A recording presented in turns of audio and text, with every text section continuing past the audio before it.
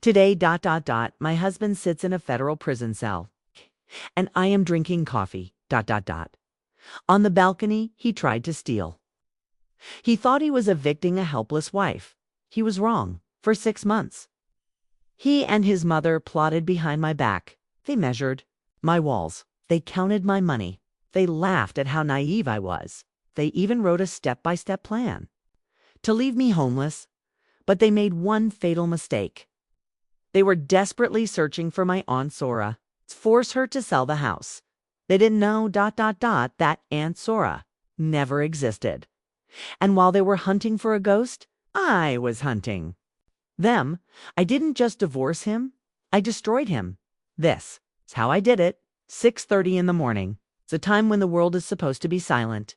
The sky outside the bedroom window was a bruised purple, somewhere between night and dawn. Rain was tapping against the glass, a slow, rhythmic drumming. Like a warning, my phone vibrated against the nightstand wood. A harsh mechanical buzz that sliced through the quiet. I reached for it blindly. My hand brushed against the cool screen. My eyes were heavy, crusted with sleep. I didn't recognize the number. It was a local area code, but not a contact I had saved. Usually, I would let it go to voicemail. Usually, I would roll over and bury my face in the pillow. Something in my gut tightened, a primal instinct. A whisper in the back of my mind that said, "Answer it."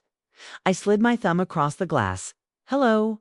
My voice was thick with sleep, rough, unprepared. "Good morning," a woman's voice chirped on the other end. It was too bright, too professional for this hour. "This is Sarah from the Apex Realty Group. May I speak to Ms. Olivia Sterling?" I sat up. The sheets pooled around my waist. The air in the room felt suddenly colder. "This is she," I whispered, glancing at the man sleeping beside me. Jabari. My husband of 6 months. He was deeply asleep, his chest rising and falling in a slow, peaceful rhythm. His arm was thrown over his eyes, shielding them from the sliver of morning light creeping in. "Excellent," the woman continued. "We received the request to appraise your condominium at 1281 Bayview Street, Unit 203. We were hoping to schedule the inspection for early next week. Would Tuesday morning work for you?" I froze. My heart hammered a single hard beat against my ribs. Then it stopped. 1281 Bayview Street, Unit 203. My address, my sanctuary. The home I had bought with my own money 5 years ago. The home that, according to everyone else, belonged to my sick Aunt Zora. "I apologize," I said, my voice steadying, sharpening. "But I didn't call anyone. You must have the wrong person." There was a pause on the line. I heard the clicking of a keyboard. It's a rustling of paper. "One moment, please," the woman said. "Let me double-check the file." I waited. The silence in the room felt heavy now, oppressive. I looked at Jabari again. He shifted in his sleep. A small snore escaped his lips. He looked so innocent, so completely unbothered. But inside my chest, anxiety was blooming like a dark ink in water. Realtors don't just call out of the blue. They don't just guess unit numbers. They don't have personal cell phone numbers attached to specific deeds unless someone gives it to them. Double quotes, Ms. Sterling. The woman returned. "Our records show the request was submitted yesterday evening, around 7 p.m. "I did not submit a request," I said firmly. "I have no plans to sell. I am not the owner on record for public listing." "This is a mistake. I understand your frustration," she said, her tone shifting to that practiced customer service soothing voice. "But the gentleman who called was quite specific. Kay provided the square footage, the renovation history. Kay even mentioned the new marble countertops in the kitchen." The phone felt like a block of ice in my hand. The marble countertops? I had installed those 3 years ago, long before I met Jabari. But I had told him about them. I had told him Aunt Zora put them in. Only a few people knew about the interior details of this apartment. Me, the contractor, and the man sleeping next to me. "Who called?" I asked. My voice was barely a whisper. Didn't want to wake him. Not yet. I needed to know. One moment. She said again. More typing. The caller identified himself as Mr. Amara. He said he was your husband. He stated that you were handling the sale of your aunt's estate and needed a preliminary valuation. Mr. Amara Jabari. The room spun. Just a fraction. A sickening tilt of reality. My husband called a realtor. My husband pretended to have authority over this house. My husband was trying to value a property that he thought belonged to my aunt. I see, I managed to say. Cancel the request. Do not call this number again, and do not come to this property. Understood. We will remove it from the system. Have a good day, Ms. Sterling. The line went dead. I lowered the phone slowly. I stared at the black screen. My reflection stared back. Wide eyes. Pale skin. Confusion. Why? Why would he do that? We had never discussed selling. We were happy here, or so I thought. We paid rent to my non-existent aunt every month.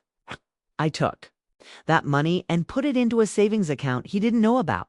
He thought we were tenants.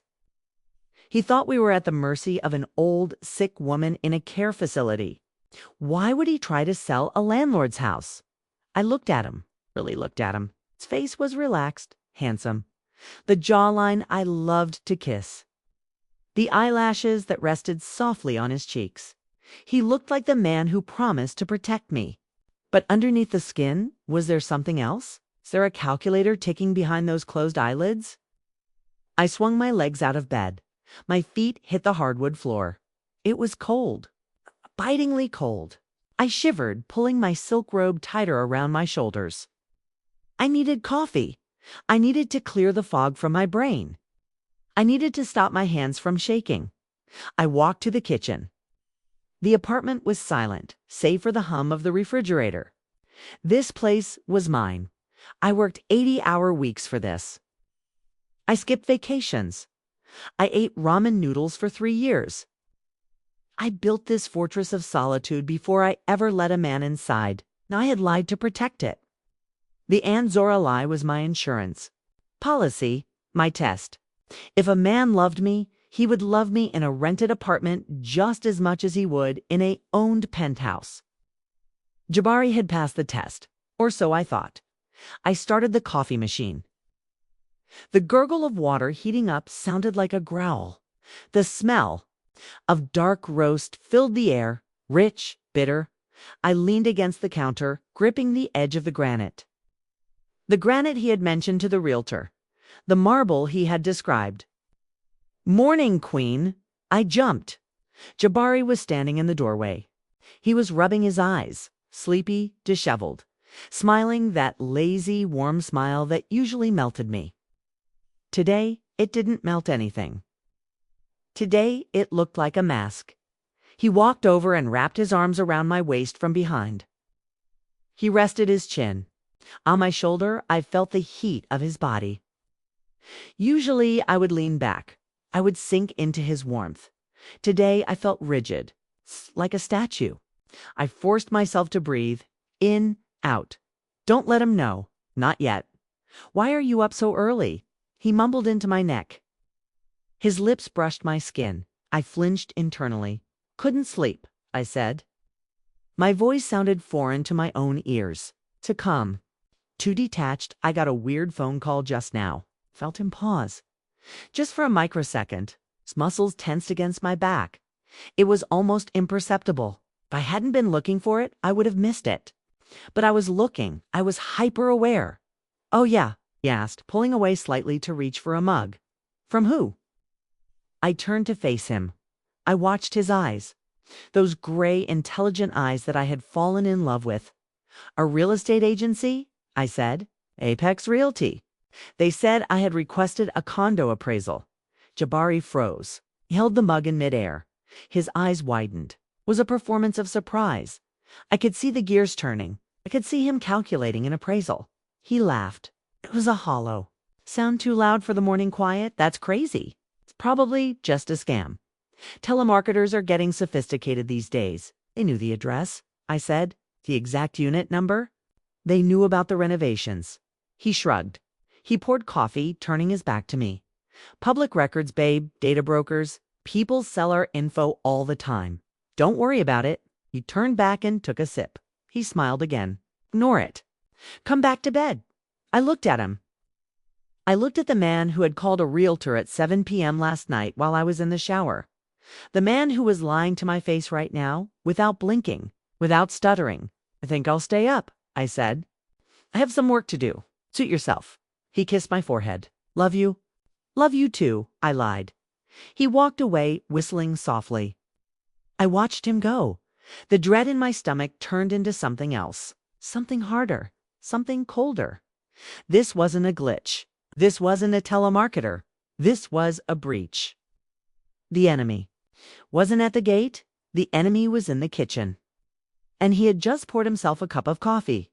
Why did I lie? That is the question that haunts me. Standing in my kitchen, listening to the hum of the refrigerator, watching the steam rise from my coffee cup, I ask myself, why didn't I just tell him? Why didn't I say, this is mine? I bought it. I own it. It wasn't out of malice, wasn't a game. It was survival. It's pure and simple. You have to understand where I come from, not geographically, but financially. I am not a struggling assistant. I am not a junior clerk. I am a senior financial analyst for one of the largest firms on Wall Street.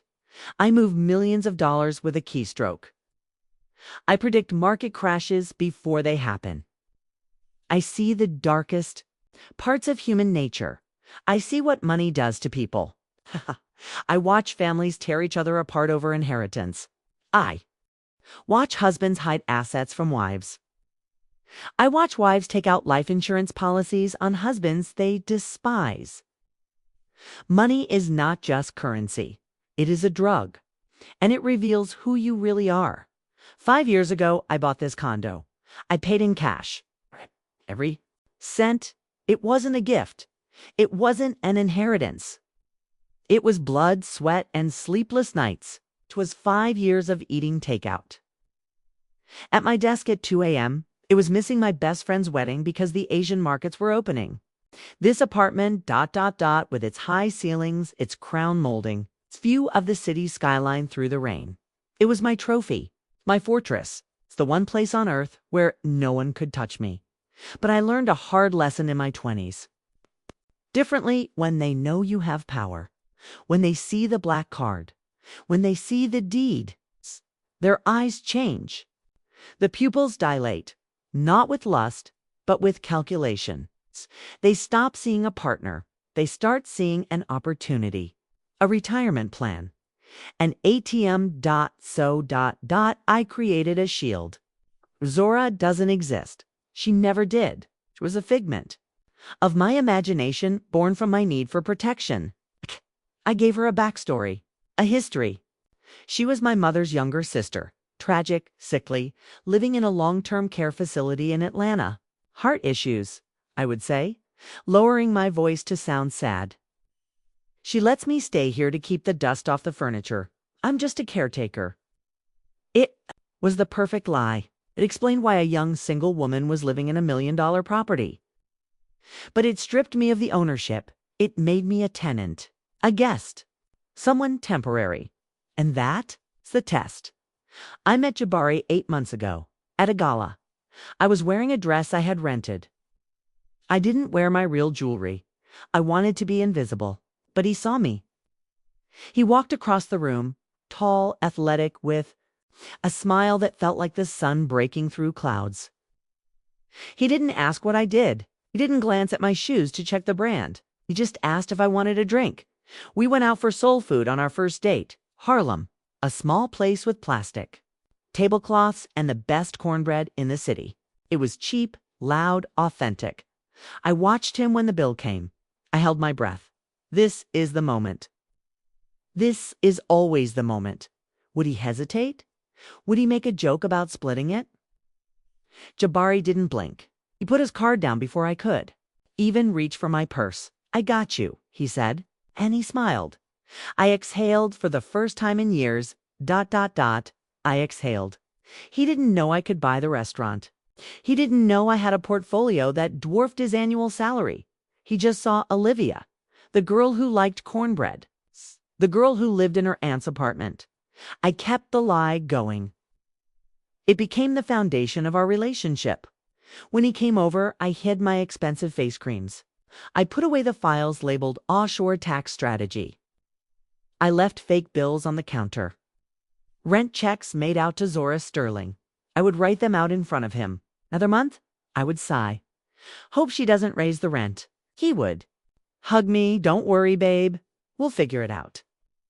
He seemed so supportive, so protective. When he moved in, I insisted on a lease agreement. Between him and Aunt Zora, I drafted it myself. I signed it with my left hand to change the signature. He signed it without reading the fine print. He agreed to pay half the rent. Every month he wrote a check for $1,500. And every month, I deposited that check into a separate savings account. Never spent a dime of it. I thought, one day, I'll surprise him. One day, on our 10th anniversary, I'll reveal the truth. I'll show him the account. I'll say, look, we were never poor. I just needed to know you were real. How naive I was. How stupidly, blindly naive. I stood by the window now. The rain had turned into a drizzle. Gray streaks on the glass. I thought I was testing him. I thought I was the one in control. But you can't test a mirror. You can only see what it reflects back at you. Jabari didn't love me for me. He loved the vulnerability. He loved the idea of the helpless niece. Why? Because a helpless niece is easy to manipulate. A tenant has no rights. A tenant can be scared. A tenant can be evicted. If I had told him the truth on the first date, I own this place. I am rich.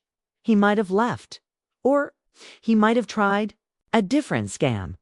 But because I played the poor relative, I gave him a roadmap. I showed him exactly where to strike. I told him, I am weak here. Strike here. He didn't see a fortress. He saw a distressed asset. He saw a property in limbo. It's an old, sick aunt. A clueless niece. It was free real estate, waiting to be plucked. I walked back to the kitchen island. I ran my hand over the marble. The cold stone grounded me. My lie had backfired spectacularly, but it had also given me a weapon. He didn't know the truth. He was operating on false intelligence. He was planning a siege on a castle, thinking it was a tent to thought he was dealing with Olivia, the caretaker, the girl who worried about rent, the girl who needed his protection. He had no idea he was dealing with Olivia Sterling, senior analyst shark owner. I took a sip of my coffee. It was cold now, bitter, just like the realization settling in my chest. He wants to sell Aunt Zora's house. He wants to find the sick old woman and convince her to cash out. It's fine. Let him try. Let him hunt for a ghost. I will watch. I will wait. And when he realizes he's been digging his own grave, I'll be the one to hand him the shovel. The lie was my mistake.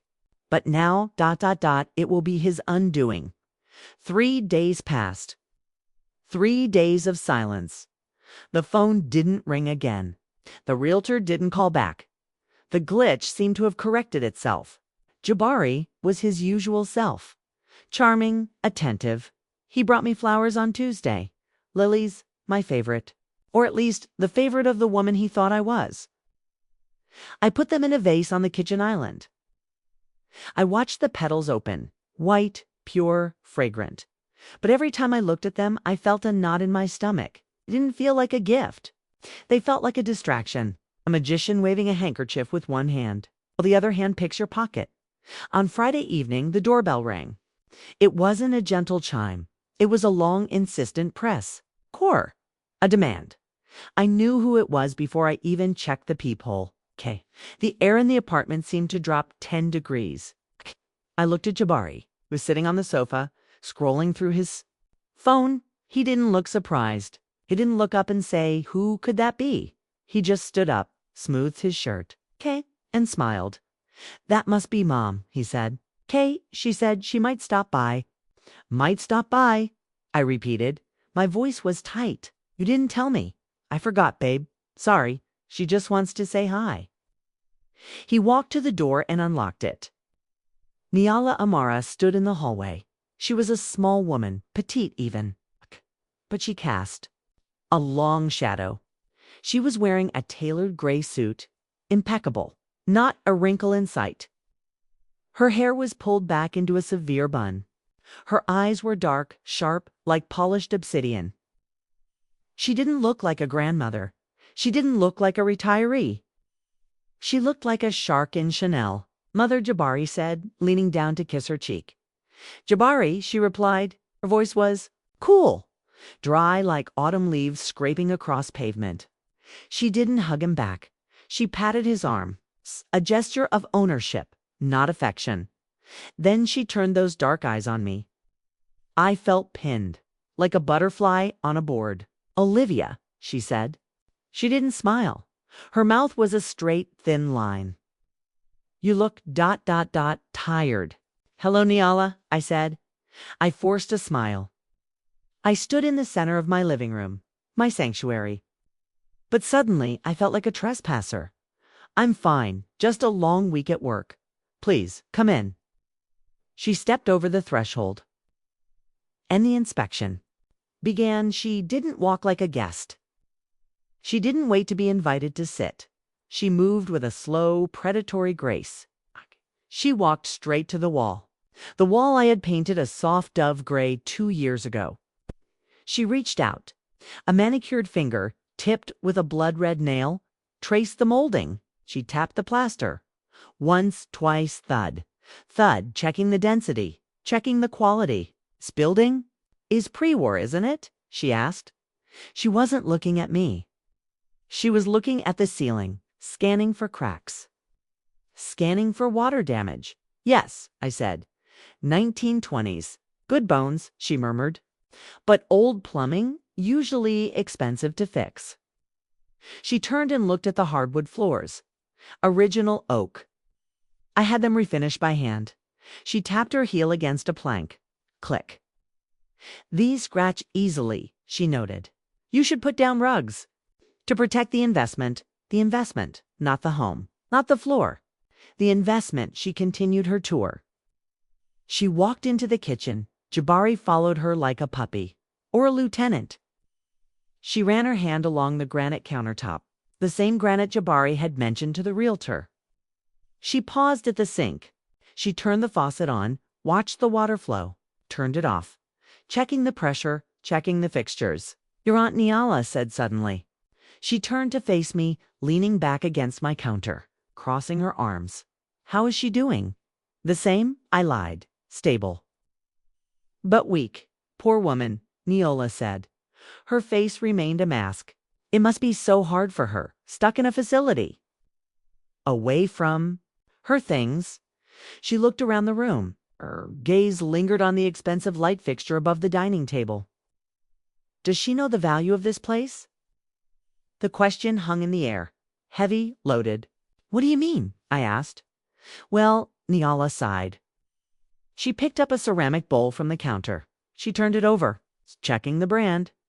Real estate in this neighborhood has skyrocketed. This unit, ... if it were cleaned up, staged properly, it could be worth a fortune. It's not for sale, I said. My voice was sharper than I intended. Aunt Zora wants to keep it. Niala put the bowl down. Carefully, of course, she said. But old people, they get confused. They get sentimental.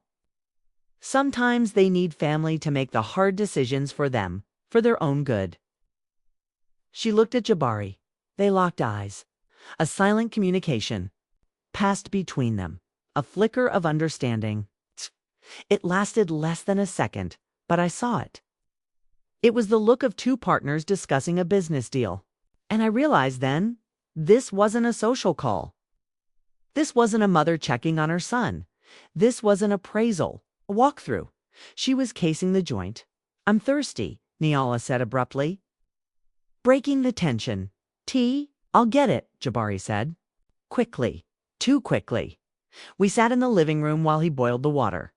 Niala sat on the armchair. She didn't relax into it. She perched on the edge, her back straight, her eyes still darting around the room, measuring, calculating. "You have a lot of clutter," she observed. She gestured to my bookshelf, filled with novels, financial textbooks, personal photos. "If you ever need to clear this place out, it will take weeks." "Why would I need to clear it out?" I asked. "You never know," she said. She reached into her oversized handbag.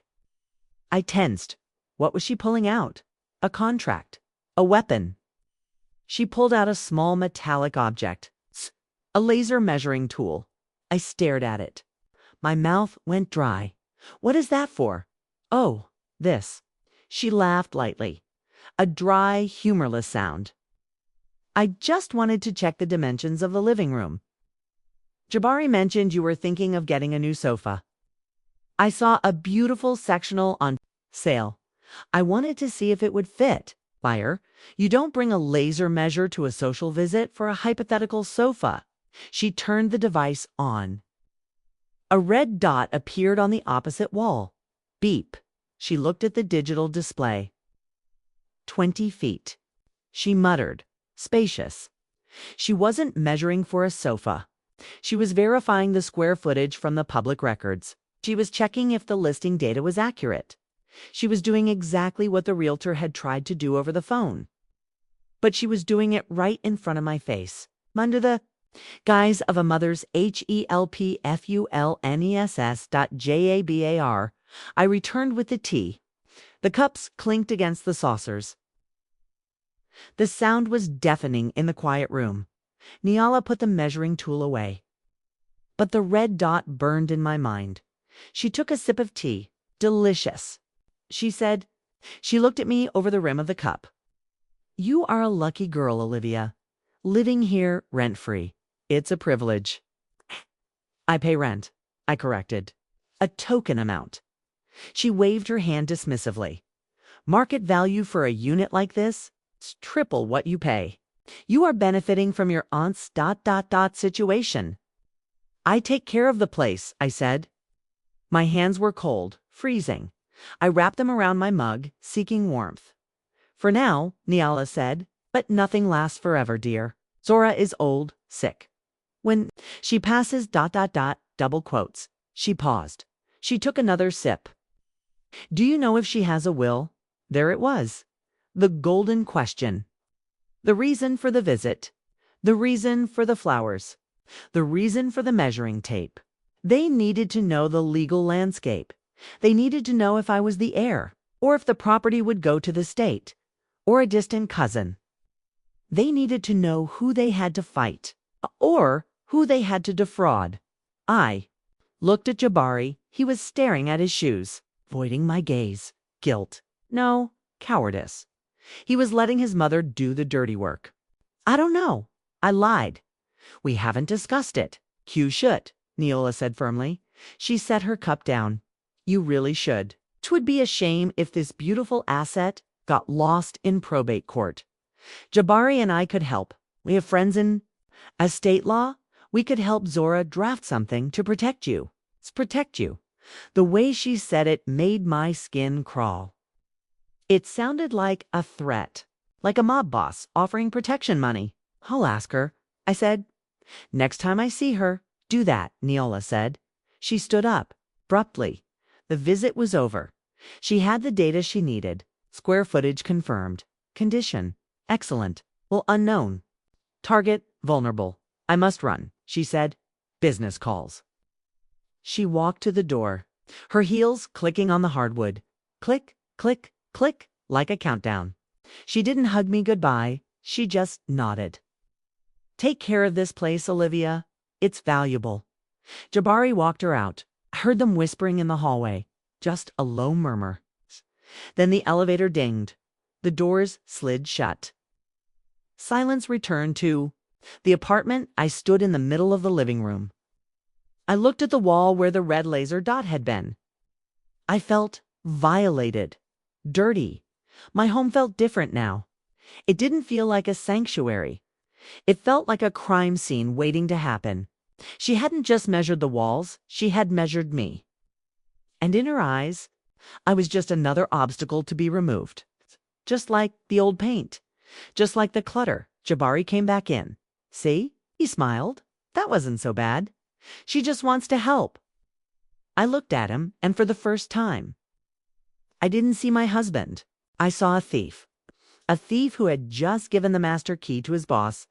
The door clicked shut. The lock tumbled. Jabari was gone. Off to work. Off to his big project presentation. Or so he said. The apartment fell silent. But it wasn't the peaceful silence of a morning alone. It was the silence of a held breath. The silence before a storm breaks. I stood by the window, watching his figure disappear down the street. He walked with a bounce in his step, confident, carefree. Why shouldn't he be? He had a loving wife, a luxury apartment, and a plan. I just didn't know what the plan was yet. My coffee sat on the counter untouched. A thin film had formed on the surface. I turned away from the window. My eyes drifted to his desk.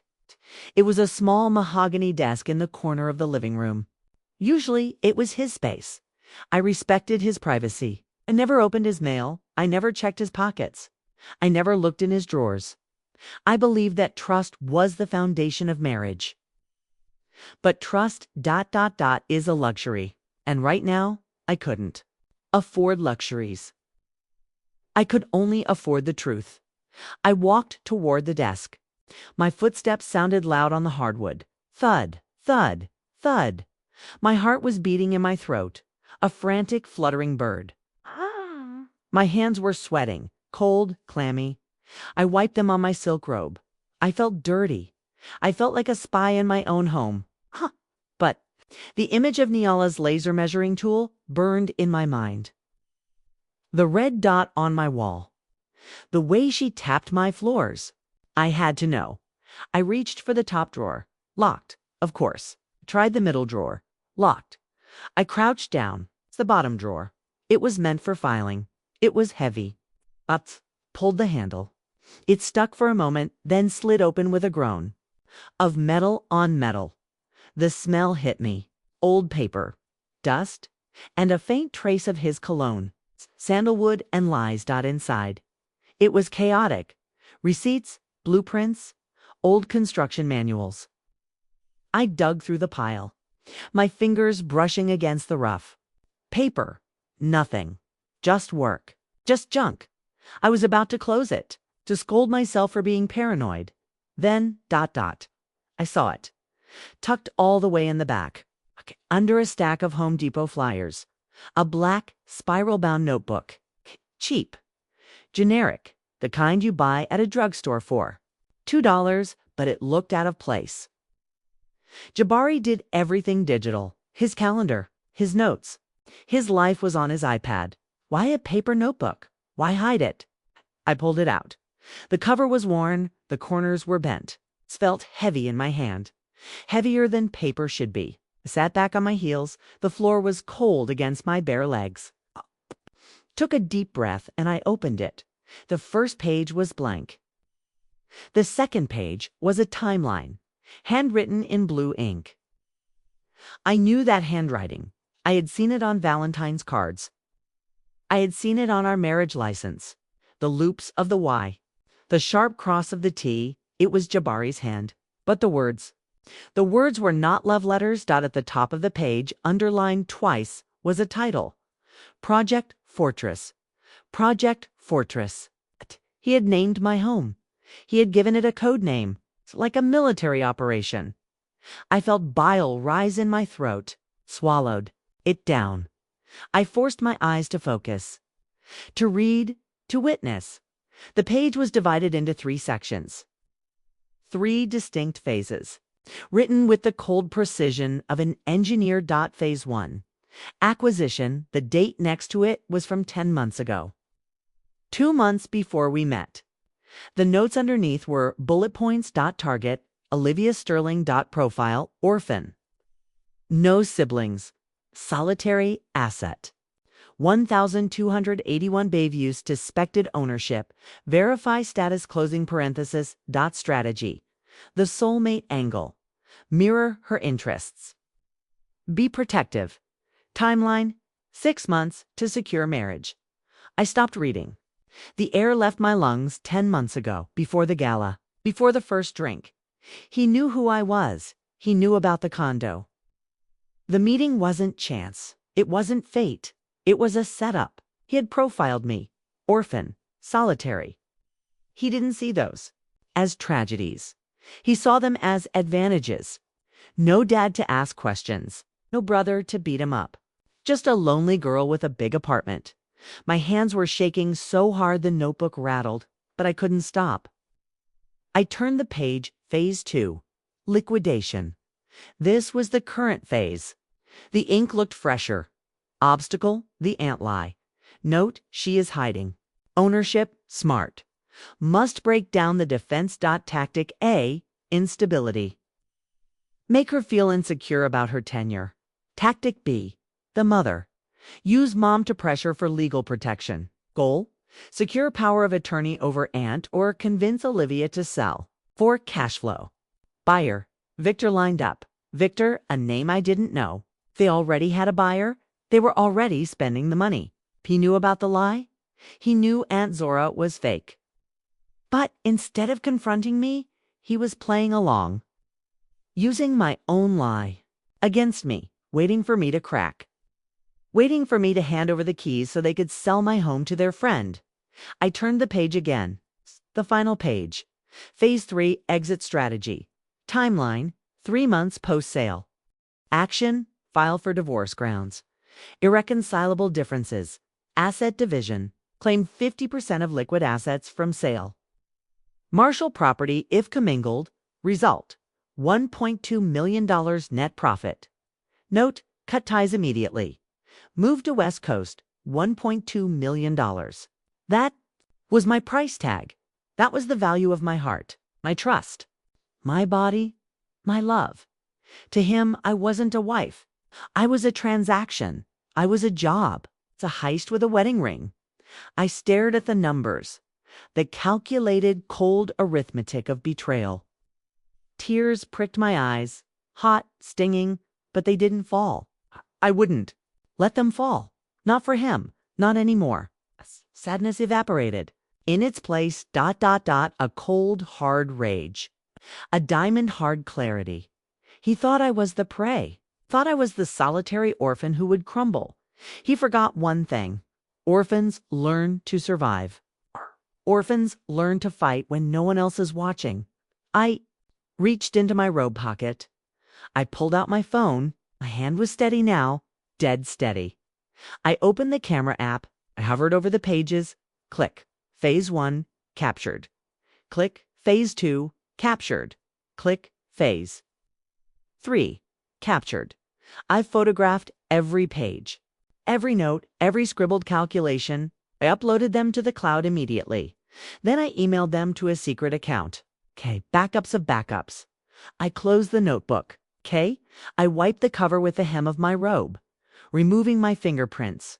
I placed it back in the drawer under the stack of flyers, exactly where it had been. Angle, perfect.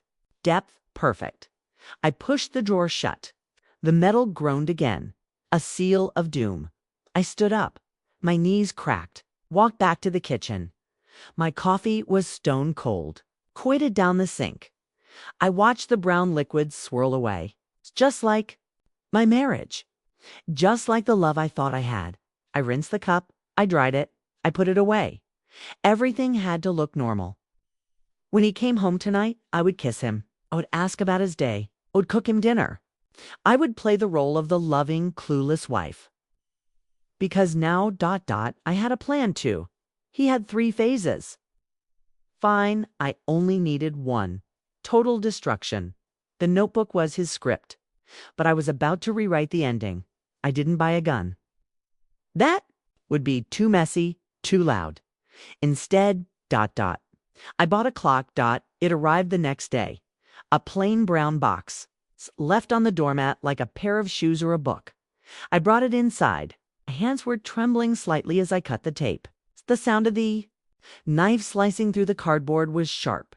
Satisfying. Inside, buried in bubble wrap, was a simple black rectangle. A digital alarm clock. The kind you see in cheap motels or college dorm rooms. Plastic casing. Red lead numbers. Unremarkable, boring, invisible. But behind the tinted glass face was a 4K wide-angle lens.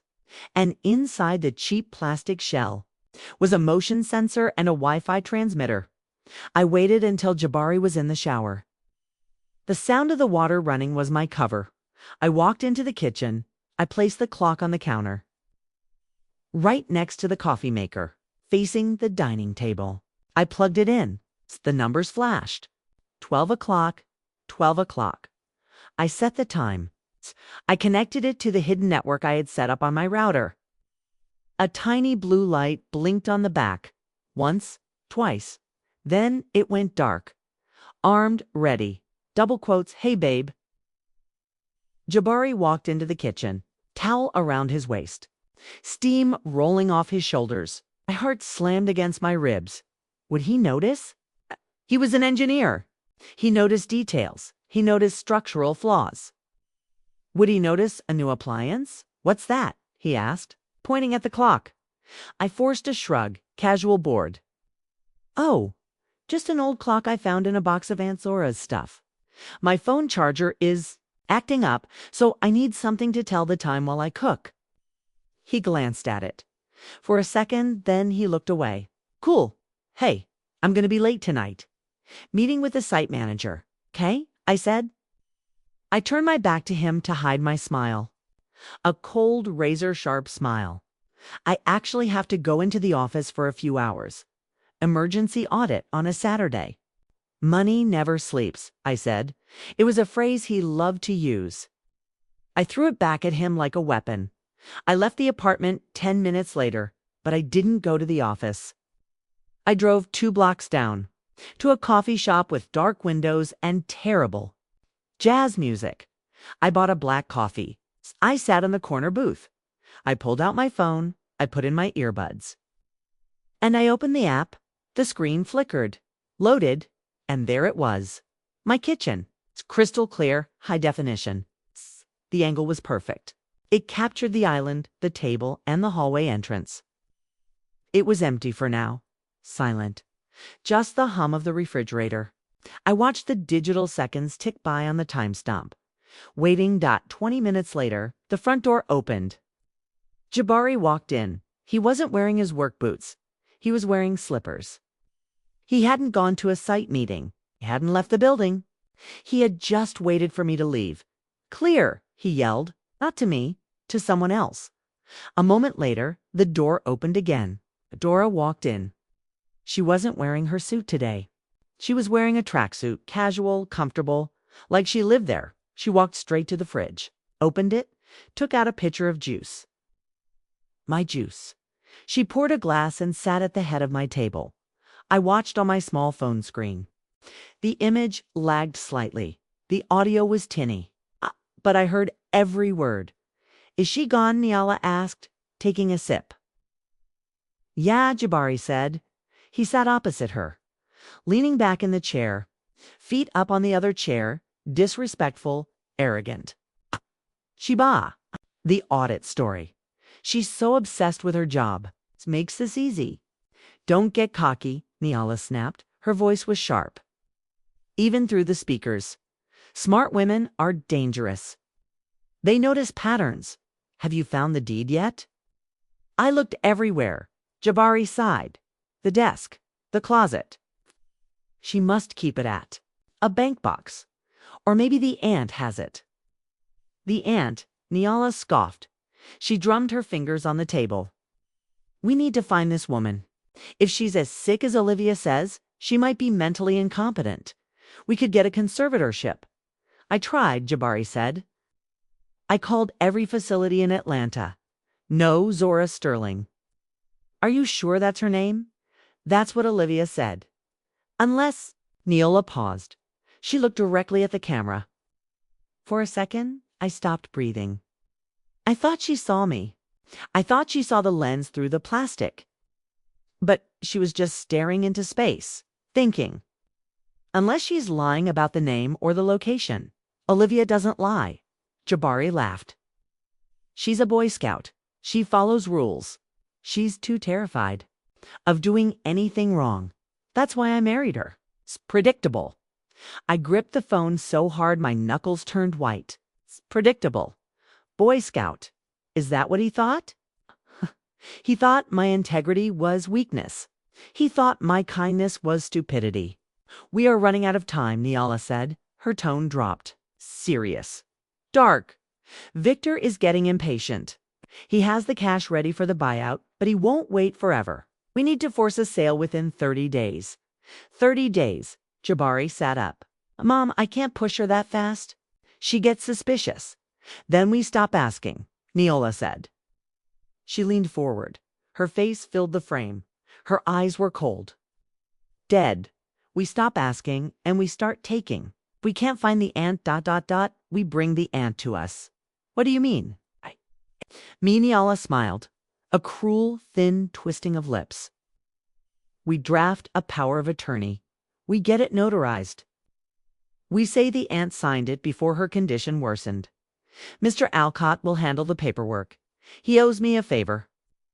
That's fraud, Mom, Jabari whispered. He looked nervous. He looked at the door. It's only fraud if you get caught, Neola said. And who is going to catch us? The sick aunt or the naive wife who thinks you're her soulmate? Jabari was silent. He looked at his mother. Then he looked. At the table. Then ... He nodded. Slowly. Okay? Call Alcott. Tell him we need the special package. Good boy, Neola said. She stood up. She walked over to him and kissed his forehead. You deserve this money, Jabari. We deserve it. We've suffered enough. This condo, this is our reparation. It's a video. Feed froze for a second. Buffering, but I had seen enough. I pulled the earbuds out. The jazz music in the coffee shop crashed back into my ears. Loud saxophones, clinking cups, laughter. But I felt like I was underwater. The betrayal wasn't just emotional anymore. It was criminal. They weren't just bad people. They were felons, conspirators. Mr. Alcott, special package. They were planning to forge documents, to steal a title they thought belonged to a dying woman. I took a sip of my coffee. My hand was steady now. The shaking had stopped. Fear had evaporated, replaced by a cold mathematical calculation. I saved the video clip. I uploaded it to the cloud. I sent a copy to my lawyer, Jabari. Called me predictable. He called me a Boy Scout. He was right. I do follow rules. But he forgot the most important rule of all. It's the one they teach you on the first day of finance. It's always keep the receipts. I picked up my bag. I walked out of the coffee shop. The rain had stopped. The sun was trying to break through the clouds. I wasn't going back to the apartment yet. I had one more stop to make. If they were bringing in a fake notary, I needed to bring in a real shark. The game had changed. And I was done playing defense. Tuesday evening. The air in the apartment was thick, heavy, like the atmosphere before a thunderstorm breaks. I was sitting on the sofa, reading a book I hadn't turned the page of in 20 minutes. Jabari was pacing, back and forth, from the window to the kitchen, from the kitchen to the hall. His energy was erratic, nervous. He kept checking his watch, checking his phone. He looked like an actor waiting for his cue. Are you expecting someone? I asked, keeping my voice light. Casual, I knew the answer. I had seen the texts on the hidden camera feed earlier that day. Phase 2 is go. Alcott is en route. Actually, yes, Jabari said. He stopped pacing. He ran a hand through his hair. A gesture of manufactured stress. Mom sent over a friend of hers, Mr. Alcott. He's a notary, she thought. Well, she thought he could help us with the paperwork for the condo. Paperwork? I asked. I marked my page. I closed the book. What paperwork? Before he could answer, the doorbell rang. It wasn't a question. It was a statement. Jabari practically ran to the door. Kay yanked it open. Mr. Alcott. Come in. Come in. A man stepped into my sanctuary. He was in his 50s. He wore a suit that was a size too large. The fabric was shiny at the elbows. Cheap polyester that rustled when he moved. He carried a leather briefcase that had seen better days, scuffed at the corners, the handle worn dark with grease. It was the smell that hit me first. Stale cigarette smoke, peppermint gum, and a thick, cloying layer of cologne. It's trying to mask the scent of desperation. Mrs. Amara, he nodded at me. His eyes didn't meet mine. They flicked to the furniture, to the view, to the perceived wealth, just like Neola. A pleasure, truly. Ms. Sterling, I corrected. I didn't stand up. I didn't offer my hand. I stayed seated, the queen on her throne, watching the jester enter the court. Right? Ms. Sterling? He chuckled nervously, walked to the dining table. He placed his briefcase down with a heavy thud. The sound of metal clasps snapping open echoed in the quiet room. Click, click, like a gun being loaded. Please join us, Jabari said. He gestured to the chair opposite Alcott. He looked at me with pleading eyes. Just listen to him, Olivia. Please. It's for our future. I stood up slowly. I smoothed my skirt. I walked to the table. I sat down, folded my hands. In front of me, I looked at Mr. Alcott. I'm listening. Alcott cleared his throat. He shuffled some papers. Yellow legal pads. Official-looking documents with blue covers. Well, Ms. Sterling, NIALA, Mrs. Amara. She explained your situation, the sick aunt, the uncertainty of your tenure here. It's a very precarious position. I feel quite secure, I said. My voice was ice. But feelings aren't legal tender. Alcott smiled. It was a wet, condescending smile. If your aunt passes without a will, or if the state steps in to pay for her care, you could be evicted immediately, thrown out on the street. We don't want that. No, Jabari added, leaning in. We don't want that, babe. We need to be safe. So, Alcott continued. He slid a document across the polished wood. It stopped inches from my hand. I've drafted a preemptive lease agreement and a limited power of attorney. Power of attorney. I raised an eyebrow. For the property management only, he said quickly. Too quickly.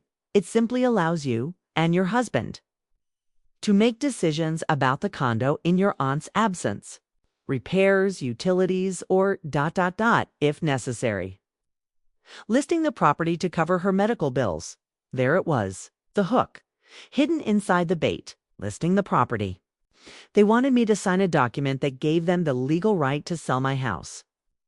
Under the guise of helping a fictional old woman, I looked at the paper. The font was Standard Times New Roman, but the clauses, I read them upside down. Trained to read contracts, I spot loopholes for a living. This wasn't a loophole. This was a trapdoor.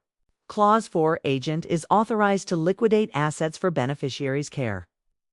Clause 5, funds to be deposited into agent's managed account. This document, I said, tapping the paper, requires my aunt's signature as the principal. Well, Alcott wiped a bead of sweat from his upper lip. Technically, yes.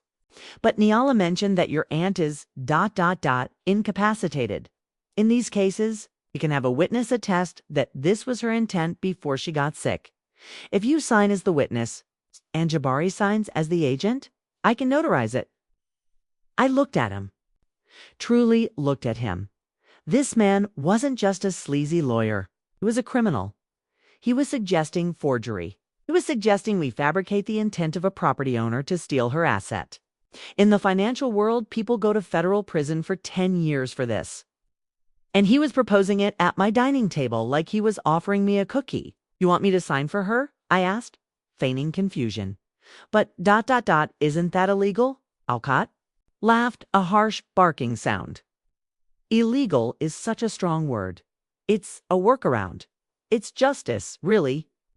You deserve this home. You've lived here. You've maintained it. This paper just formalizes reality. Just sign it, babe, Jabari whispered. He put his hand over mine. His palm was hot, sweaty. Alcott knows what he's doing. Mom trusts him. Once we sign this, we're safe. No one can kick us out. We can even sell it and move to California. Like we talked about. Like you talked about. With your notebook? With your timeline. I looked at Jabari's hand covering mine. The ring on his finger caught the light. The ring I bought. I pulled my hand away, slowly, deliberately. I pushed the paper back across the table. I can't, I said. The room went silent. The air conditioner hummed. Alcott's smile faltered. I beg your pardon? Can't sign this? I said. I kept my voice steady, bureaucratic, boring. My aunt, ... She's very particular about paperwork. If she ever woke up, she ever recovered, and found out I signed her name, she would never forgive me. I can't do that to family. Olivia, Jabari snapped. His patience was fraying. The charm was cracking. She's not going to wake up. She's dying. We need to be practical. I am being practical, I said.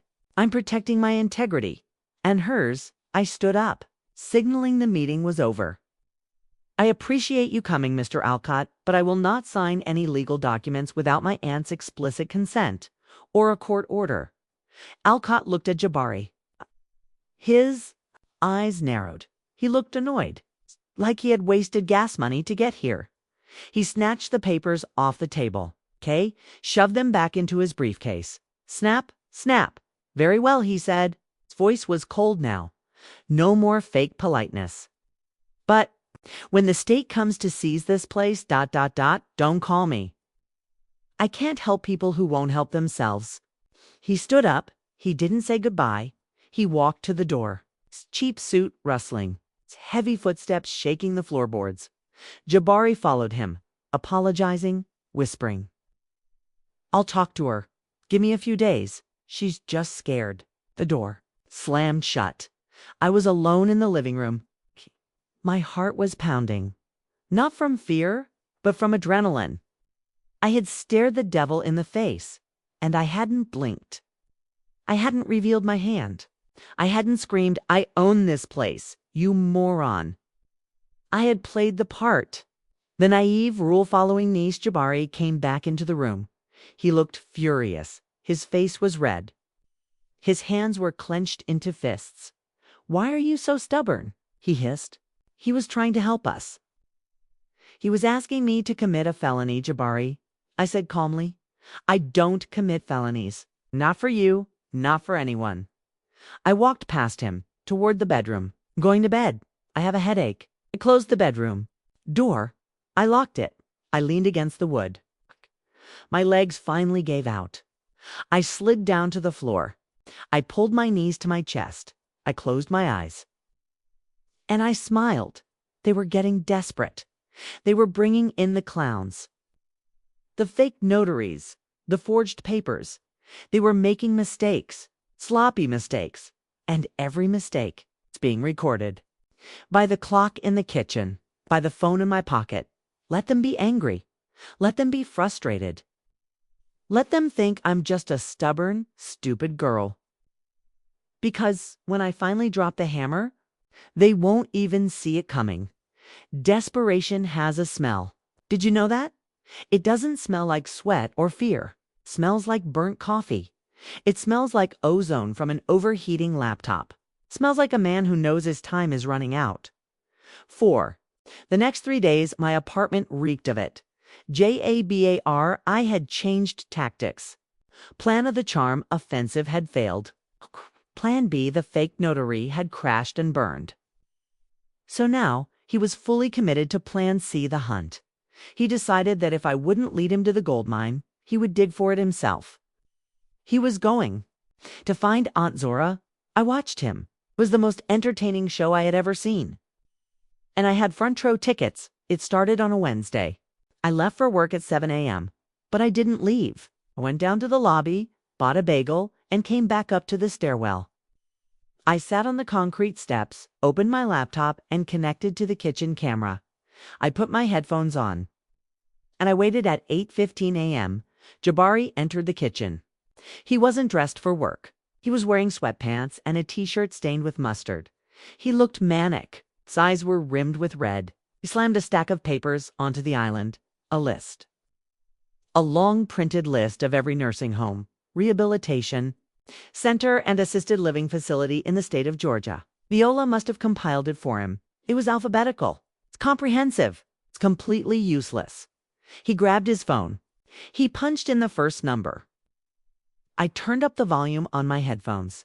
I could hear his breathing, ragged, shallow. "Yes, hello," he said. His voice was too loud, too aggressive. "I'm looking for a patient. Zora Sterling, Strlolg. She was admitted ... a few years ago. Heart condition." He waited. He tapped his pen against the granite counter. Tap, tap, tap. The sound echoed in my ears. "No," he said. "Are you sure? Check the archives. Maybe she was transferred." Pause. "Fine." He hung up. He drew a thick red line through the first name on the list. The sound of the pen tearing through the paper was visceral. He dialed the next number. "Hi, Zora Sterling. Looking for my aunt. It's an emergency." "No, okay." Scratch. He dialed again and again. By noon, the kitchen was littered with crumpled sticky notes. The list was half crossed out. Jabari's voice was hoarse. "Look, lady, I know she's there. Just tell me. I'm her nephew." He was shouting at a receptionist in Atlanta who had never heard the name Zora Sterling in her life. I took a bite of my bagel. I almost choked on a laugh. It was cruel. I know it was. But after seeing his notebook, after seeing the exit strategy, cruelty felt like justice. I decided to help him out. It had a little spice to the stew. I sent him a text message. "Hey babe, just checking in. Aunt Zora called me from a burner phone. She sounds confused. Said something about the pines and the smell of peaches. I'm worried." I watched the screen. Jabari's phone buzzed. He picked it up, read the message. His eyes widened. He literally jumped out of his chair. "The pines?" he whispered. "Peaches, Georgia." He scrambled to his laptop. His fingers flew across the keys. Clack, clack, clack. Nursing homes. The pines. Georgia. He found 3 whispering pines in Savannah, shady pines in Macon, tall pines in Valdosta. He called Niala, put her on speaker. "Mom, I got a lead." She slipped up. She texted me. "What did she say?" Niala's voice crackled through the phone. Sharp, impatient. She mentioned the pines. "I found 3 facilities. I'm going to call them now." "Don't call," Niala hissed. "If she's hiding, they won't tell you over the phone. You need to go there. You need to show up in person. Flash a badge. Or a bribe. Go there." "Mom, that's an 8-hour drive." "Do you want the $1 million or not?" Niala snapped. "Get in the car, Jabari. Drive to Georgia. Find the old hag. Get her to sign the papers. Use force if you have to. Use force." My blood ran cold for a second. If Aunt Zora were real, would be in danger, these people were not just greedy. They were violent. But Aunt Zora wasn't real. So Jabari was about to drive 8 hours to threaten an empty room. "Okay," Jabari said. "I'm going. Tell Alcott to be ready." He hung up. He grabbed his keys. He grabbed the fake power of attorney documents. He ran out of the apartment. Didn't even turn off the lights. I waited until I heard the elevator descend. Then I walked back into my apartment. It was quiet, peaceful. I walked into the kitchen.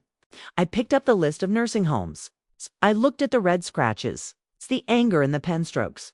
I threw it in the trash that night. I slept like a baby, sprawled out in the center of the bed, while my husband was driving down I-95 in the rain, chasing a ghost, stopping at every Pines facility in Georgia, demanding to see a woman who didn't exist, getting kicked out by security guards, getting threatened by administrators.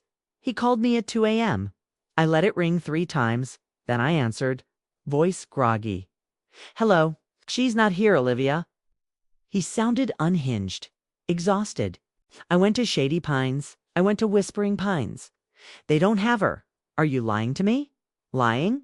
I asked, feigning innocence. "Jabari, where are you? Why aren't you in bed?" "I had to work late. I'm at the site." Liar, he was in a motel. Parking lot in Macon. I could hear the highway traffic in the background. I could hear the rain. I don't know what to tell you, I said softly. Maybe she moved again. She's paranoid, remember? She thinks people are trying to steal her money. She's right, he screamed. Then he caught himself. She's crazy, okay? I'm coming home. He hung up. He drove back. Another 8 hours. Empty-handed, defeated. When he walked in the door the next evening, ... He looked like a broken man. His eyes were hollow. Skin was gray. Smelled like stale cigarettes and cheap motel soap. He dropped his keys on the table. He looked at me. Fi? I saw fear. Real fear. He couldn't find the owner. He couldn't forge the signature. His timeline was collapsing. Phase 2 was a failure. Welcome home, honey, I said. I was chopping vegetables. The knife hitting the cutting board with a steady, rhythmic thud. Chop, chop, chop. How was the sight? He didn't answer. He just stared at me. He realized he was trapped. He couldn't go forward. He couldn't go back. The clock was ticking. But he didn't know the worst part yet. He didn't know that while he was chasing ghosts in Georgia, ... I was meeting with a divorce attorney in Manhattan. And I wasn't drafting a power of attorney. I was drafting an eviction notice. He thought the game was hide and seek. He didn't realize we were playing hangman. And he had just used up his last letter. Friday evening arrived. The air in the apartment felt static, electric. Like the moment. Before lightning strikes a tree, was sitting in the armchair. A glass of red wine in my hand. The liquid was dark, colored.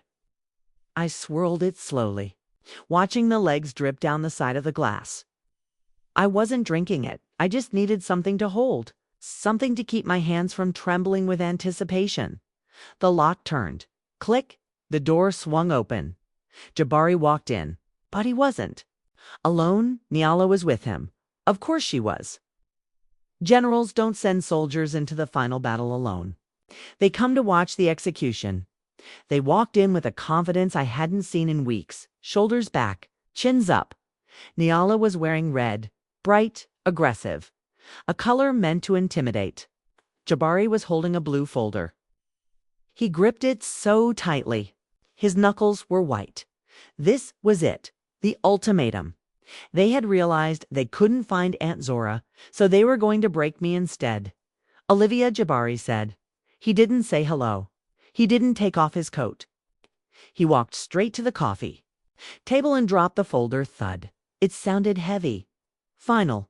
We need to talk, Niala said. She stood behind him, a shadow. Puppeteer. We are done playing games, Olivia. We are done waiting for a ghost to wake up. I looked at the folder, and I looked at them. My face was a mask of calm. Inside, I was screaming, but outside, ... I was ice. What is this? I asked. It's a quitclaim deed, Jabari said. His voice wavered slightly. But he pushed through, and a power of attorney. We had Alcott draft them up. You are going to sign them. Tonight. And if I don't, I took a sip of wine. The taste was sharp, acidic. If you don't, Niala stepped forward. Her perfume filled the room, something heavy, musky, suffocating. Then we call the state authorities tomorrow morning. We report that Zora Sterling is incompetent. That her niece is squatting in her property. That you are mishandling her assets. They will come. They will evict you. And they will put this condo into probate hell for 5 years. She smiled. It was a terrifying expression. You will lose your home, Olivia, unless you sign. If you sign. We control the sale. We keep the money in the family. We protect you. Protect me. The lie hung in the air, rotting. So, Jabari said. He pulled a pen from his pocket. He clicked it. Click. Sign it now, and we can stop fighting. I looked at the pen. I looked at the folder. I looked at the clock. On the wall, 7:02 p.m. Right on time. I can't sign that, I said softly. Sign it, Jabari yelled. He slammed his hand on the table. The wine in my glass rippled. Stop being difficult. I am your husband. Do you trust me or not? I looked him in the eye. No, I said. I don't. Silence, total, absolute. Jabari looked like I had slapped him. Neola's eyes narrowed into slits. She opened her mouth to speak, to scream, to threaten. Ding dash dong. The doorbell rang. It was a cheerful sound, incongruous with the tension in the room. They both froze. They weren't expecting company. Neola looked at the door, then at me. Suspicion flickered in her eyes. Someone? She hissed. Maybe, I said. Why don't you get it, Jabari? He glared at me. He threw the pen down, stomped to the door. He yanked it open aggressively. What? He barked. Standing in the hallway was a man, short, stocky, wearing a baseball cap and a windbreaker. He looked like a pizza delivery guy, except he wasn't holding a pizza. He was holding a thick manila envelope.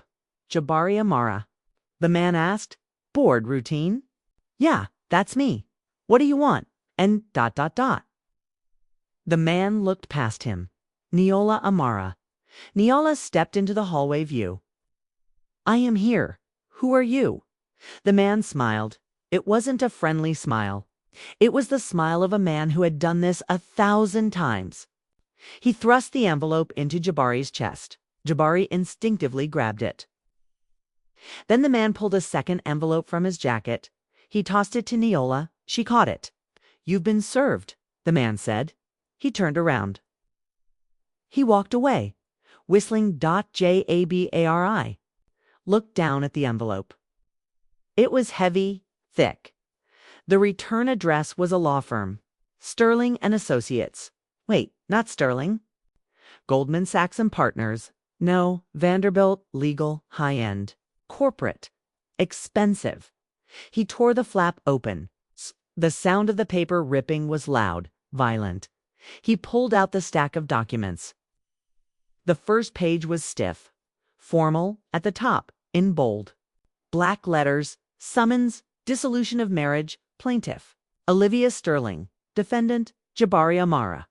I watched his face. It went pale, then gray, then white. He read the next line. Counts, fraud, conspiracy to commit larceny. Emotional distress.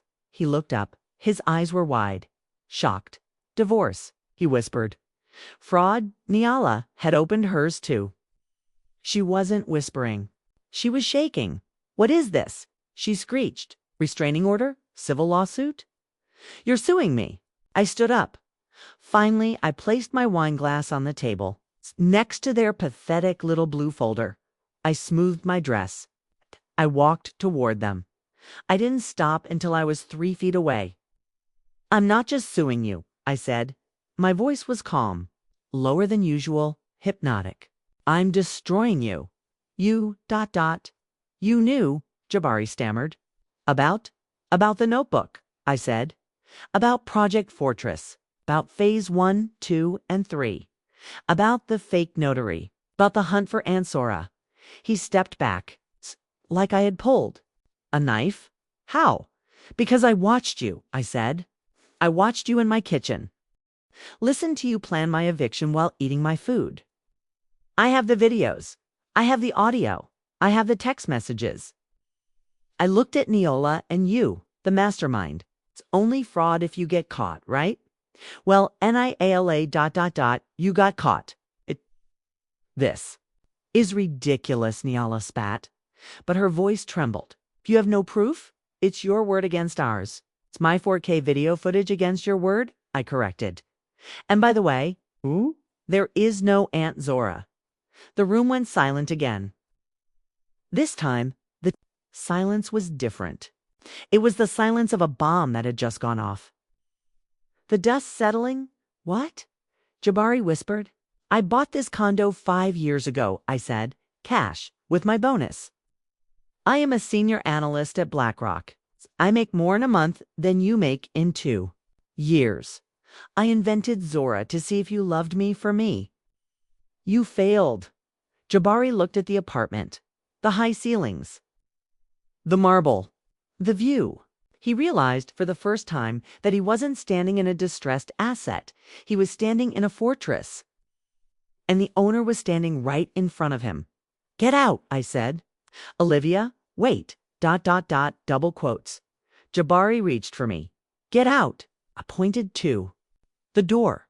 "The police are on their way. They have a copy of the restraining order. If you are here in 5 minutes, you'll be arrested for trespassing." Neola grabbed Jabari's arm. Her face was a mask of pure hatred. But also ... fear. She knew a losing battle when she saw one. "Let's go," she hissed. "We will fight this in court." "Bring your checkbook," I called after them. "You're going to need it." They backed out of the door. Jabari looked at me one last time. Looked like a man who had held a winning lottery ticket and watched it burn. The door slammed shut. I locked it. I engaged the deadbolt. Click, clack. I walked back to the window. I watched them exit the building, running to their car in the rain. 2 rats scurrying into the dark. I took a sip of my wine. It didn't taste acidic anymore. It tasted sweet. Like victory, they thought they were serving me an eviction. They thought they were ending my life, but they just handed me my freedom. And the best part, phase 3 ... was just beginning. But this time ... it was my timeline. And on my timeline, nobody walks away clean. Courtrooms are designed to intimidate. High ceilings. Mahogany walls that absorb sound. The smell of lemon. Floor wax masking the scent of fear. It was quiet. A heavy, suffocating silence that pressed against your eardrums. The only sound was the hum of the air conditioning. And the tapping of the court reporter's fingers. Tap, tap, tap. Recording every second of the end of my marriage. I sat at the plaintiff's table. My hands were folded on the cool wood. I wore a white suit, sharp, clean armor. My attorney, Mr. Sterling, sat beside me. He was calm. He was shuffling papers with a slow, deliberate rhythm. He knew what was in his briefcase. He knew the bomb we were about to drop, across the aisle. Jabari sat with his mother. They looked small, diminished. Jabari was wearing the same suit he wore to our wedding. It looked loose on him now. He had lost weight in the last month. Stress will do that to a man. Neola was next to him. She wasn't wearing red today. She was wearing gray, trying to look like a sympathetic grandmother. But her eyes were darting around the room, scanning the exits. Scanning the judge, scanning me. She still thought she had a card to play. She still thought she could outsmart the system. "All rise," the bailiff bellowed.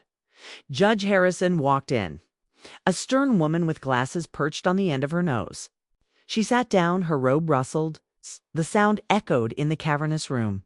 "Be seated." We sat. The wood of the bench creaked. "Case number 4920, the judge read. Sterling versus Amara, petition for divorce, fraud, and emergency restraining order." She looked over her glasses. "Counsel, make your opening statements." Neola's lawyer stood up. He was a court-appointed attorney, overworked, underpaid. He looked tired already. "Your Honor," he began, "my clients contend that the allegations of fraud are baseless. Furthermore, we move to dismiss the property claims regarding 1281 Bayview Street." He paused. He looked at a piece of paper Neola had shoved into his hand. "We have reason to believe the plaintiff, Ms. Sterling, does not actually own the property in question. She has repeatedly stated to multiple witnesses that the unit belongs to her aunt, Zora Sterling. Therefore, she has no standing to evict my client, Mr. Amara, from the marital home without the owner's consent." Jabari nodded vigorously. He looked at me. A smug little smile played on his lips. He thought this was it, the gotcha moment. He thought the judge would pause the proceedings, order an investigation, launch a search for the missing aunt. Buying him time, buying him leverage. Judge Harrison frowned. She turned her gaze to my table. "Mr. Sterling," she addressed my lawyer. "Is there a dispute regarding the title of the property?" My lawyer didn't stand up immediately. Took a sip of water. He let the silence stretch. "1 second. 2 seconds. 3 seconds, it was agonizing. I saw a bead of sweat roll down Jabari's temple. He was leaning forward, waiting for the lie to crumble. Then ...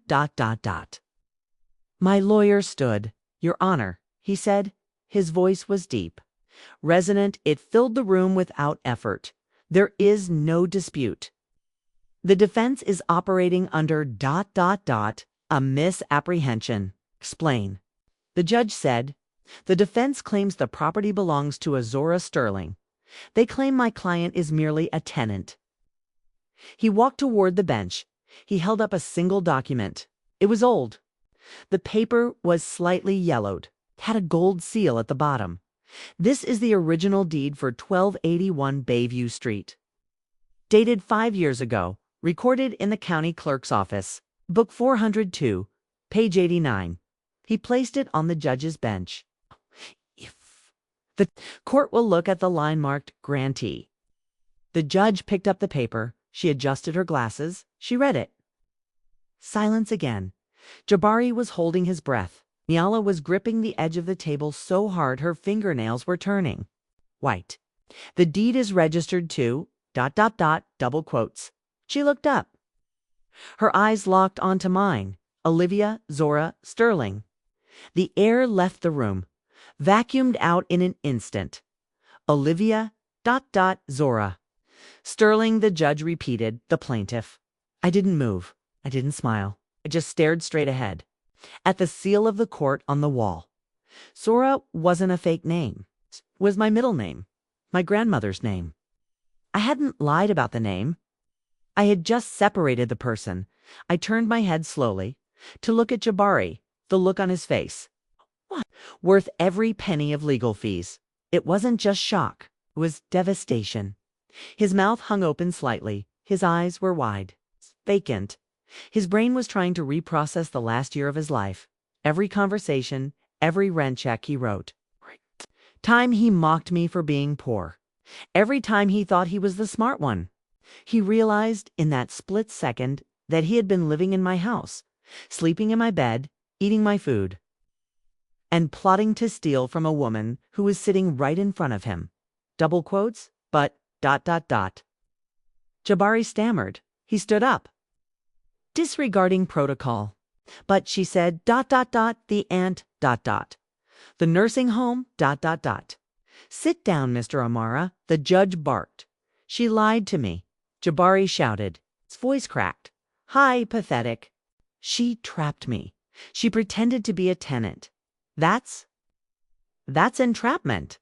That is asset protection," my lawyer corrected smoothly. "And given the evidence of your conspiracy to liquidate said asset, it was a necessary precaution. Sit down." The judge slammed her gavel. Bang! The sound was like a gunshot. Jabari collapsed back into his chair. He looked at Niala. "Mom," he whispered. "Mom, did you know?" Niala didn't answer. She was staring at the table. Defeated, the shark had no teeth left. The predator had become the prey. She knew the law. She knew what a deed meant. Game over. The judge looked at the defense table with disgust. Pure, unadulterated disgust. "The court finds that the property is the sole, separate asset of the plaintiff. Mr. Amara has no claim. Furthermore, given the video evidence of conspiracy presented in discovery, I am granting the full restraining order.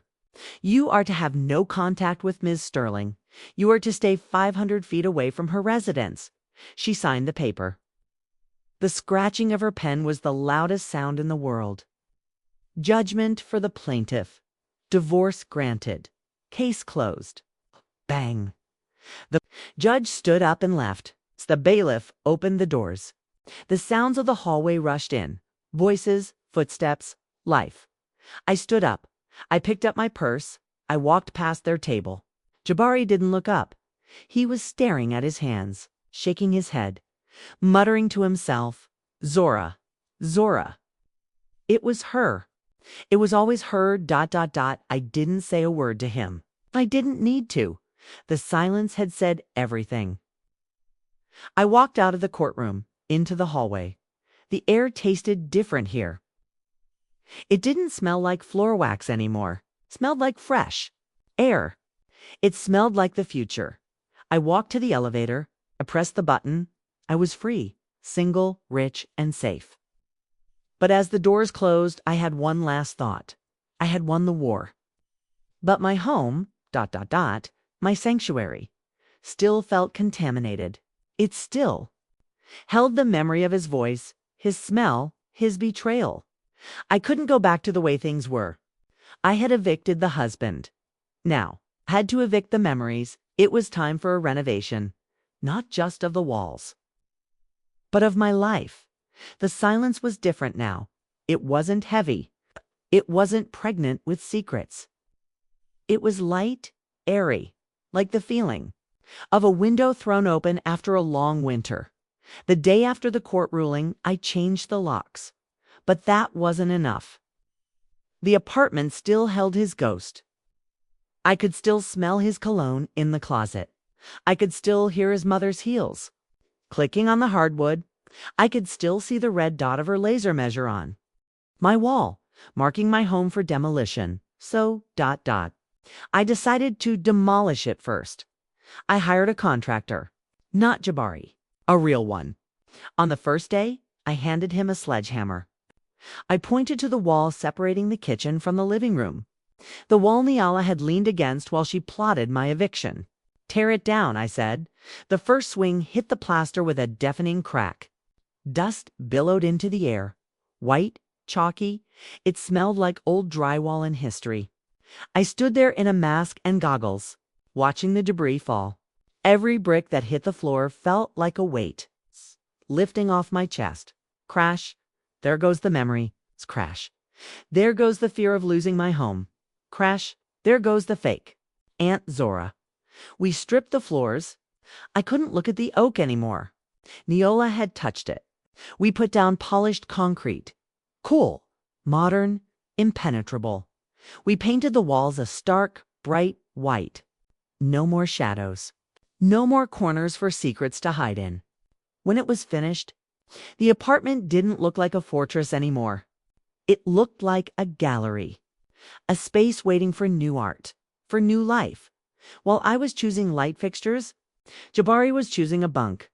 The district attorney loved the video footage. Conspiracy to commit fraud, attempted larceny, document forgery. The charges piled up like snow. Niala, it turned out, had a history. This wasn't her first Project Fortress, but it was her last. She got 5 years. Jabari got 3. I didn't go to the sentencing. I read about it in the paper while sitting on my new balcony, drinking an espresso. I didn't feel happy. I didn't feel sad. I just felt clean. 6 months later, I was at a gallery opening in Chelsea. I was wearing a dress I bought with my own money, wearing diamonds I bought with my own bonus. I wasn't hiding anymore. I wasn't pretending to be a poor niece. I was Olivia Sterling, and I took up space. A man bumped into me. He spilled a little champagne on my sleeve. "I am so sorry," he said. He didn't sound smooth. He sounded horrified. He grabbed a napkin and started dabbing at the fabric frantically. "This is silk," he muttered. "I ruined it. Please let me pay for the dry cleaning. Or the dress." Looked at him. His name was David. He had kind eyes, crow's feet at the corners, hands that looked like they actually worked for a living. He was an architect. We started talking. Not about money, not about real estate, about light, about structure, about how buildings are supposed to protect people, not trap them. We went out for dinner a week later. I decided to run a test, but not the poor relative test. That was a test born of fear. This was a test born of power. I drove. I picked him up in my new car, a sleek black Porsche. I took him to the most expensive restaurant in the city. I ordered the tasting menu. I ordered the vintage wine. I watched him. Jabari would have looked at the prices. He would have calculated the tip. He would have made a joke about spending my inheritance. David didn't look at the menu prices. He looked at me. He asked me about my day. He asked me about the book I was reading. When the check came, it was astronomical. I reached for it. I got it, I said. Testing, always testing. Jabari would have let me pay. Or he would have fought me for show, then given in. David gently put his hand over the check. Absolutely not, he said. You drove. I pay. That's the rule. It's a lot, I warned him. I have expensive taste, he smiled. A real smile. Not a shark's grin. I can see that, he said. You're worth it. He paid. He didn't wince. He didn't mention it again. He didn't ask what I earned. He didn't care. He was secure in his own skin. He passed the test, not because he had money, but because he wasn't threatened by mine. A month later, I invited him to the apartment. My sanctuary. He walked in. He didn't measure the walls. He didn't check the brand of the appliances. He walked to the window. He looked at the view of the city rain. Wow, he whispered.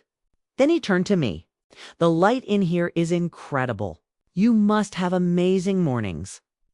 He didn't see an asset. He saw a home. He saw me. I stood next to him. I looked out at the city I had conquered. I thought about the notebook, the timeline, the exit strategy. I thought about the woman I was a year ago, scared, hiding, playing small to be loved.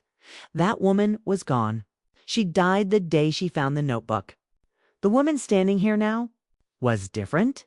She was heartened, yes, but she was also free. I rested my head on David's shoulder. He put his arm around me. It felt solid, real. No hidden agendas. No secret recordings. Just warmth. Do you live here alone? He asked softly. I do, I said. Then I smiled. Just me. And the memory of my Aunt Zora. Your aunt, he asked. I thought you said you were an only child. I am, I said. Aunt Zora wasn't a person.